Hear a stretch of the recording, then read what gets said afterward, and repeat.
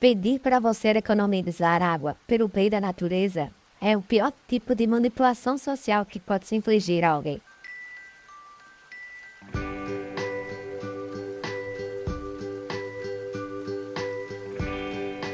Feels so good to be loved.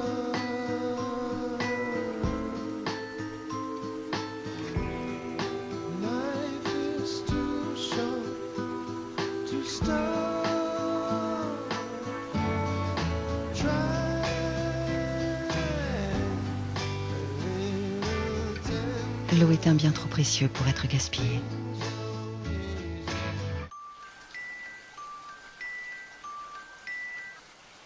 Se aproveitam de uma educação propositalmente pífia e o falta de interesse pelas ciências para introduzir ideias tão absurdas como gastar 15 mil litros de água para comer um pedaço grande de carne. Não sabia que no Brasil, cerca de 70% de toda a água disponível para o homem é consumida pelo agronegócio e indústria de alimentos. Hashtag precisa perceber que para economizar água também é preciso promover o reuso e modificar os hábitos de consumo. Hashtag comer pra quê?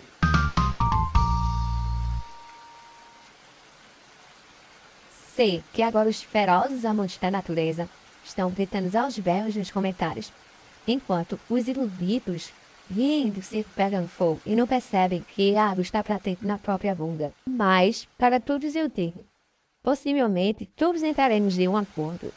Se bem que não posso garantir isso, mas vale a pena tentar ficar vivendo também. Acredito que muitos já ouviram pedidos, seja na TV, em casa, na rua, para economizar água em prol da natureza. Mas, meus queridos, água não acaba. Ou você esqueceu da aula fundamental sobre o ciclo da água? Você já se perguntou por onde a água que você bebe já passou? A jornada dela é incrível. Primeiro, o sol esquenta a água dos rios e mares e ela sobe para o céu como vapor. É a evaporação. Lá em cima, o vapor esfria e forma as nuvens, juntando várias gotinhas. É a condensação. Quando as nuvens ficam pesadas, a água cai como chuva. É a precipitação. A chuva enche os rios e mares de novo, e o ciclo recomeça. A água está sempre em movimento, numa viagem sem fim. Até você, assim como um boi, deve consumir milhares de litros de água até sua vida adulta. Mas isso não quer dizer que você retém ela toda no seu corpo. Na verdade, você troca essa água do seu corpo descartando ela suja. E você sabe muito bem onde. Nos seus fluidos corporais. E tanto o ciclo da água ou a penetração do solo vai purificar esta água. E agora querem te fazer acreditar que as máquinas bebem água por um simples bom dia gentil para esfriar, você acaba consumindo uma garrafa de água. Isso em milhões de bons dias diários serão litros e litros precisados para coisas tão inúteis como fazer sua foto de aniversário. Virar um desenho sem alma. Isso é balela. Todos sabemos que a água é usada para em grandes computadores para o resfriamento. Isso é praticamente jogar água em uma panela quente. Ela simplesmente vira vapor. Em 2 dias.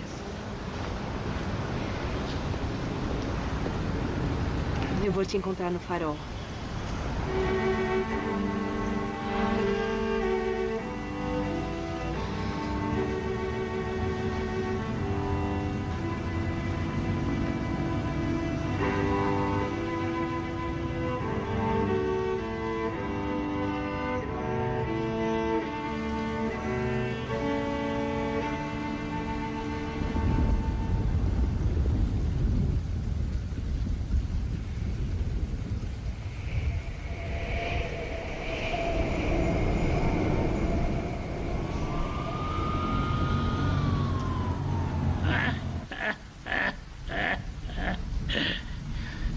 Você quer saber por que perdi a Ana? Porque 2 meses antes, um brasileiro desempregado cozinhou um ovo.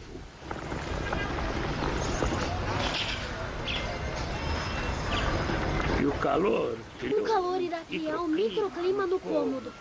Uma pequena diferença de temperatura. E choveu forte. 2 meses depois, do outro lado do mundo. Aquele brasileiro cozinhou um ovo ao invés de estar no trabalho. Ele terá perdido o trabalho numa fábrica de jeans. Porque 6 meses antes, eu terei comparado os preços do jeans. E terei comprado o que era mais barato. Como diz o provérbio chinês, Um único floco de neve pode dobrar o bambu. A produção de jeans terá se mudado para os outros países.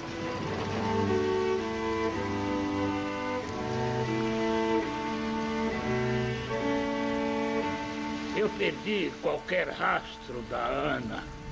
Mesmo que as máquinas bebessem água igual ao ser humano, isso não ia querer dizer que a água sumiu do planeta. São apenas outros ciclos da água viva e revive, dentro de você ou dentro de uma usina nuclear. Que entra água. Muita água. Antes de mais nada, eu já preciso tirar uma dúvida comum da reta. Por que nós precisamos usar água? E sim, diversos outros líquidos e fluidos já foram testados, como por exemplo, ar ou óleo. E eles respondem bem até certo ponto. Mas a água tem duas vantagens muito grandes. A primeira é que ela tem um alto calor específico. Talvez você já tenha ouvido falar disso em algum momento nas aulas de física. E quem sabe até não tenha dado muita importância. Mas esse conceito é extremamente importante para o mundo moderno. O que isso significa na prática é que nós precisamos dar muita energia para fazer com que a temperatura da água aumente. Isso é perfeito se nós quisermos resfriar algo muito quente, como um servidor dentro de um data center. Desde que a água continue fluindo de maneira controlada, ela vai trocar calor com os componentes eletrônicos, mantendo a temperatura deles estável. E isso não só garante que a performance de um data center não caia, como também garante a durabilidade dos componentes. Vocês já viram quanto que custa um pente de memória RAM hoje em dia?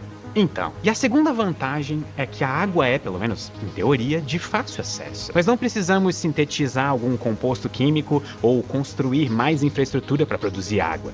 A água sempre será renovada. Nada se perde, tudo se transforma. A água é criada a todo momento. Mas nem tudo são flores. As mudanças climáticas são uma razão. Para piorar a situação, a nossa principal fonte de eletricidade renovável, que são as hidrelétricas, também sofrem com as mudanças climáticas. Mudanças no ciclo da água e no padrão das chuvas acabam fazendo com que ela aconteça de maneira desigual. E nós, inclusive, já passamos por diversos momentos recentes em que tivemos que ativar termoelétricas para lidar com níveis de reservatórios de água baixos em hidrelétricas. O que eu quero dizer com tudo isso é que a posição de liderança em energia elétrica renovável que hoje nós ocupamos globalmente pode ser afetada se não houver o planejamento adequado na hora de construir data centers. Nós falamos de mudanças e não de desaparecimentos. As chuvas ficam cada vez mais fortes em lugares que não chovem. E há muita seca em lugar que a água era. Isso gera um grande caos no sistema de distribuição de água para as pessoas, gerando custos altos até desabastecimento. E no momento não temos informações suficientes dos lugares que devemos criar reservatórios de represas longas. Muito menos sabemos o que faremos com as antigas. E um país como o Brasil que tem suas principais fontes de energia nos rios traz complicações ainda maiores. Mas a história muda se nós olharmos além das aparências. Mesmo com a nossa energia elétrica sendo 90% renovável, nós ainda dependemos muito de usinas hidrelétricas. Ao todo, cerca de 1/3 da nossa eletricidade é gerada através do sol e do vento. E isso pode não parecer um problema, mas já vai virar um. Para a natureza não existe isso de economizar água. E sim, para o sistema humano. A água para a natureza vai continuar existindo e tendo seus ciclos. Os seres ainda terão muito que aproveitar. E falando em água, é verdade. O Brasil tem recursos hídricos de dar inveja. O problema é que essa água não é distribuída igualmente. E isso é verdadeiro em escala global. Dos 3% de água doce do planeta, só 0,5% é acessível e segura para consumo humano. Construir estruturas tecnológicas colossais como data centers, sem fazer o planejamento adequado ou levar em conta o consumo estratosférico de água, pode piorar ainda mais uma situação que já não é boa. Evitar de usar a tecnologia para economizar água, no máximo ajudará o seu governo na gestão de recursos ou os bilionários das Binitechs em economizar os seus próprios reservatórios, e não o planeta. Para a natureza, não importa se São Paulo vai se tornar um rio ou se a Amazônia vai ser um deserto.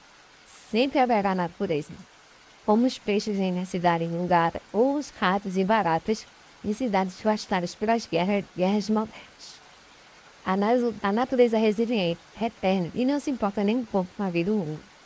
O ser humano é apenas um mísero fio de cabelo branco, mas lindas madeixas da natureza. E sim, esse é um cenário que pode mudar conforme novas tecnologias surgem e os nossos circuitos ficam mais eficientes. Mas fazer escolhas se baseando em uma possibilidade futura, sem levar em conta os impactos presentes, não me parece nada sábio. Mas então, qual que é a solução aqui? Será que o correto seria simplesmente, sei lá, parar de construir data centers? Bloquear o avanço de IAs? Parar de dizer obrigado pro chat GPT?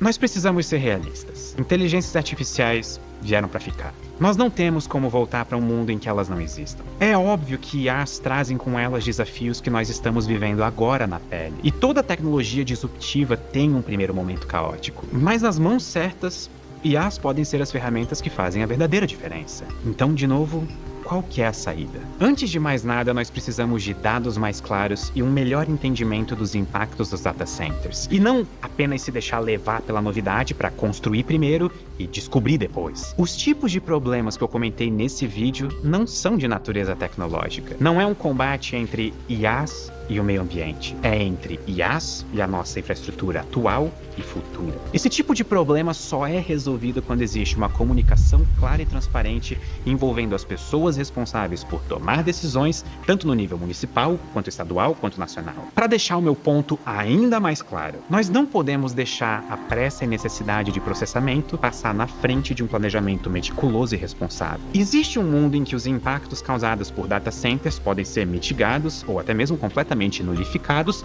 com o planejamento adequado. Mas esse não é o mundo em que nós estamos vivendo agora. Mas eu gostaria de saber, depois de assistir esse vídeo, ficou faltando alguma coisa que você gostaria de entender melhor? E mais, qual que é a sua opinião atual sobre os data centers usados para inteligências artificiais? É isso aí, meu querido. A natureza não se importa nem um pouco com você. Então, segura na minha mão e vamos por a Deixa aqui nos comentários. Bora conversar. Muito obrigado e até a próxima.